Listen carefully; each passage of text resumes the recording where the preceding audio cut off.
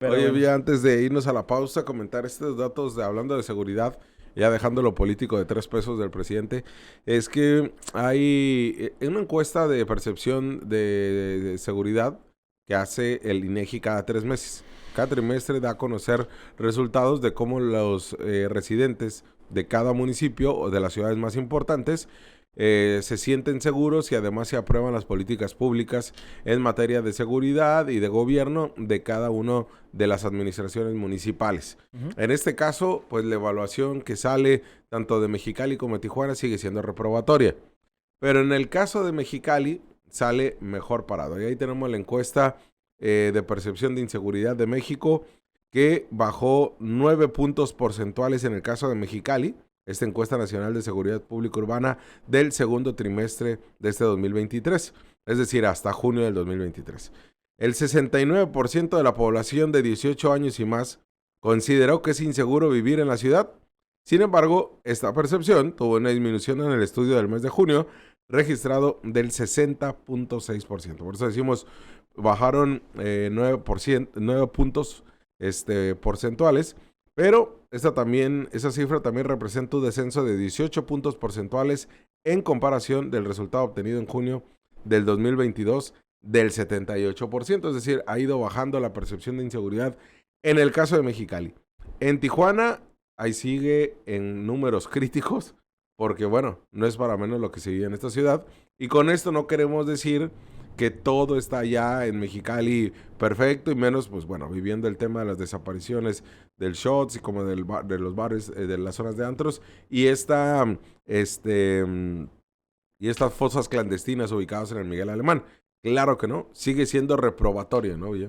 Sí, y obviamente, como lo dices, estas fosas y últimos episodios no se contabilizarían en esta parte porque no entraron en el estudio. Habrá que ver qué tanto influye el hecho de las fosas para la gente de Mexicali, sentirse más o menos insegura. De alguna manera, también juega el rol de la normalización de la violencia, Sí. que si bien ha habido muchos episodios violentos, y también es cierto, hay que admitirlo, ¿no? Durante este 2023 ha reducido la tendencia de homicidios como venía desde 2019, cuando empezó a repuntar y cuando de tener no menos, alrededor de 150 asesinatos al año, hoy en día estábamos teniendo, o en estos últimos años, estábamos teniendo 300 o 280.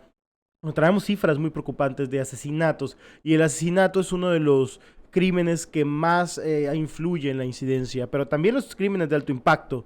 No es lo mismo, aunque realmente sería lo mismo una vida, pero no es lo mismo para la percepción ciudadana un hallazgo de un cadáver en la zona de Valle de Puebla o en la zona de Los Santorales a un asesinato en el pleno centro cívico. Uh-huh. Aunque si estamos hablando de un asesinato, la forma o el impacto que puede generar a mayor cantidad de población es cuando se da un incidente de esta naturaleza, ¿no? O en este tipo de centros nocturnos donde ha habido actos de esta naturaleza, ¿no? Sí, pues bueno, ahí vemos, en el caso de Tijuana, pues es peor, ahí no baja la percepción de inseguridad, se mantiene estos más de 70 puntos que, pues bueno, han realmente llegado al 80, el 80% de los tijuanenses considera que no está en una ciudad segura y que además no aprueban las políticas de Montserrat Caballero. En el caso de Mexicali es el 60%. Y esto nos va dando un reflejo de cómo son estas ciudades para vivir, para tener una tranquilidad sobre todo, y es mera percepción ciudadana, que es algo que mucho se le ha cuestionado. En el caso de Aguascalientes también mostró un descenso importante, ¿no? De pasar del 54% al 39%. O sea, sí hay ciudades muy bien calificadas, municipios muy bien calificados. Aguascalientes, digo, que nos tocó estar hace no mucho. Realmente su principal conflicto, nos comentaban ahí los propios ciudadanos, era los pleitos de barrios, ¿no? Los Ajá. pleitos coloquialmente dicen los pleitos de cholos. Eso es lo que nos preocupa. No había crímenes como los que se viven en Mexicali, ¿no? O sea, son cuestiones, realidades que sí están ocurriendo en México. Hay países, hay entidades, hay municipios que sí viven realmente en tranquilidad. A mí me sorprende mucho el estado de Yucatán, por ejemplo, con la aprobación que tiene el gobernador y además con las medidas que se han implementado, a pesar de ser un gobernador panista, eso se me hace todavía más increíble, pero son cuestiones que demuestran que sí se puede llegar a bajos índices de violencia. Tijuana pasó de 83% a 71%, mostró mayor descenso, pero aún así sigue estando pues crítico, ¿no? Muy de los estados con mayor número de percepción de inseguridad de todo el país, ¿no? Salvo Colima, que se mantiene en 80%, pero... Y sabemos la realidad de Colima en el tema de asesinatos. Exacto, al igual que Irapuato, por ejemplo, ¿no? Que son zonas muy calientes, y Chilpancingo, Guerrero. Pero de esta manera se mantiene Tijuana pues muy violenta en percepción de inseguridad. Pero hay otros como Los Cabos, Villa de la Paz, que se mantienen muy a la baja ya, ¿no? Y al final hay que entenderlo, son cuestiones de percepción. Es mucho más fácil aumentar la percepción de inseguridad que descenderla.